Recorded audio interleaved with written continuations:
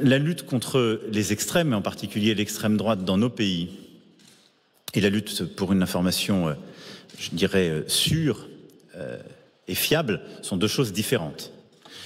Il y a, et la France a enclenché ce processus il y a plusieurs années en lien avec Reporters sans frontières à l'international, une volonté justement de défendre l'information sûre, fiable, dans un univers de plus en plus contesté, celui de la manipulation sur les réseaux sociaux et de la possibilité de falsifier l'information qui est offerte soit à des puissances étrangères, soit à des individus. Dans ce cadre, il y a un processus qui est en cours. Nous souhaitons d'ailleurs le renforcer au niveau européen à travers les initiatives prises et au niveau français à travers le lancement, nous sommes dans les travaux préparatoires, mais des états généraux de l'information.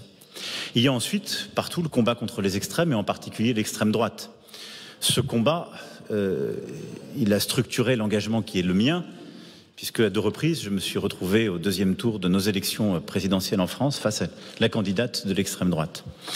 Et j'ai toujours considéré que ce combat se faisait au titre des valeurs, il se faisait aussi au nom du réel. Et ce que j'ai toujours combattu, c'est les mensonges et les dénis de réalité qui sont faits, utilisés par les extrêmes, et en particulier l'extrême droite.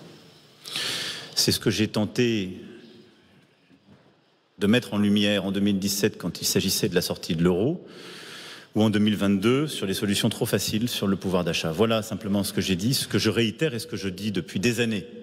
Et je pense qu'en effet, on ne peut plus battre dans nos démocraties l'extrême droite simplement avec des arguments historiques et moraux. D'abord parce que cette extrême droite s'est transformée, et ensuite parce qu'elle a beaucoup d'électeurs aujourd'hui qui ne votent pas pour cette histoire, mais votent parce qu'ils se disent au fond, on n'a pas encore essayé cela, et ce qu'ils nous proposent paraît séduisant.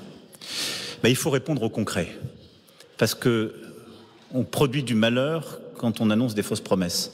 Et donc le combat contre l'extrême droite est aussi un combat au réel, au concret, en réindustrialisant le pays, en disant la vérité sur les comptes publics, en menant des réformes courageuses, parfois impopulaires, lorsqu'il faut le faire, parce que l'extrême droite ne peut prospérer que sur le déni de réalité. Voilà ce que j'ai dit.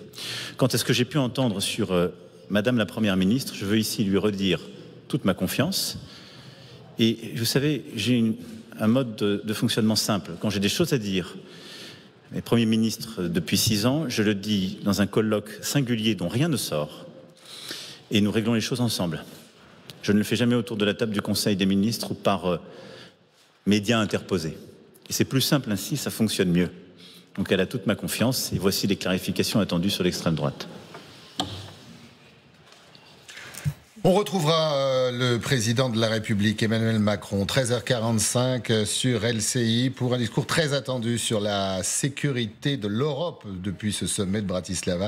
L'objectif, bien évidemment, c'est de rassurer ces pays de l'Est face à des concessions, des compromissions peut-être faites par l'Europe sur l'autel de la paix.